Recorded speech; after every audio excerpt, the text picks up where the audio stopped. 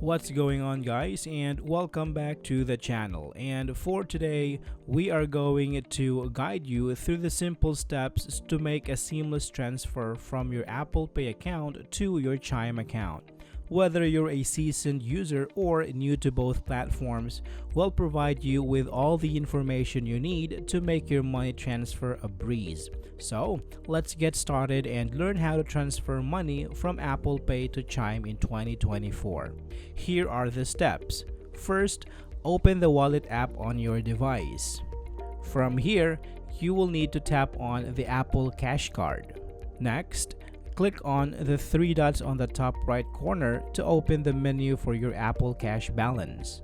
From here, select the option to transfer your funds to the bank. This will prompt you to add a new bank account via debit card or linking your bank account directly. At this point, you can enter the dollar amount you want to transfer from Apple Pay to your Chime debit card or bank account. Depending on how soon you need the funds, you can transfer funds instantaneously, or you can opt for the standard 1 to 3 business day transfer. So there you have it, guys. These are the steps to transfer money from Apple Pay to Chime. I hope this video is helpful for you guys. Thank you for watching, and I will see you on the next one.